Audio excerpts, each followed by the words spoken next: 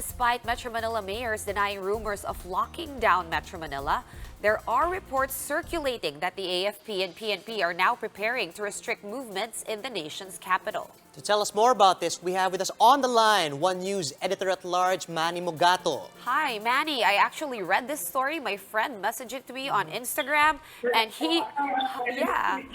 and he was asking me whether or not this is true. Now, additionally, today we are getting a circular. It's been circulating on chat groups.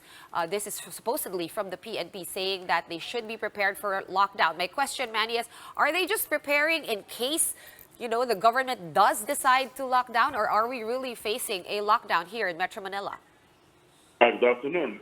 I think it's too premature to say that there will be a lockdown unless the health department raises the code red alert to sub-level 2.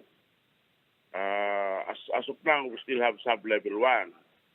So if there comes a time that they will raise it to sub-level 2, then that's the time that there will be a lockdown. But I don't think the whole metropolitan area will be on lockdown. Maybe some areas, the Department of Health has already identified several hot zones where potential outbreak can arise, like the San Juan Prayer Room, the Phil-Invest subdivision in Cainta, the Abido Towers in BGC, and 2 hospitals in Pasig and San Juan. So these are the hot zones. And this afternoon, I believe the PNP is calling for a conference among police chiefs in Metro Manila to discuss possible measures they will enforce when that lockdown is ordered. All right, just to clarify, no lockdown yet. We are still waiting for alert level 2 for the code red. But then at this point, we do have info that the PNP are preparing for something as of this afternoon. Is there a likelihood that there would be some areas that are put on lockdown as of today? That will depend on the Secretary Francisco Duque, because remember, when President Duterte issued the declaration of the state of national public emergency, he authorized Secretary Duque to call upon the police and the military to assist in enforcing a lockdown. So it will depend on the Secretary of Health.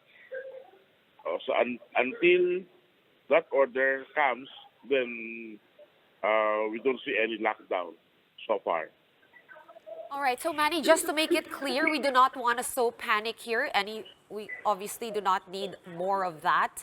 Just to make it clear, this so-called rehearsals, or at least practice or something like that, it does come with the public health emergency announcement of the president as a part of SOP. Am I getting that right? Yes.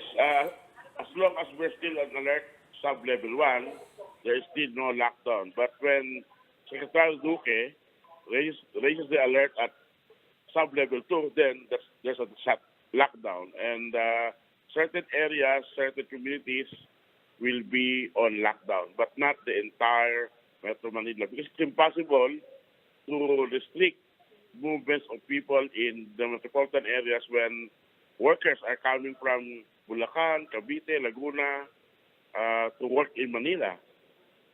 Right. Manny, however, let's clarify this one thing. I'm not sure if they just, if your source was able to clarify or really, itemize what happens when there is a lockdown in Metro Manila. Because yesterday we were speaking here on the show with San Juan Mayor Francis Zamora, and he said, a lot of people do live in San Juan. They work in Mandaluyong. Their kids go to school in Makati. So it's a little bit harder, and he was saying that Metro Manila has to be treated as a cluster. So all the mayors have to work as one and have to be in agreement with regard to what measures are going to be undertaken. So have they played out exactly what is the quote unquote implementing rules and regulations of a lockdown if there is one? There is no rules. They have not issued the guidelines on how to do it. So we have to wait until that happens.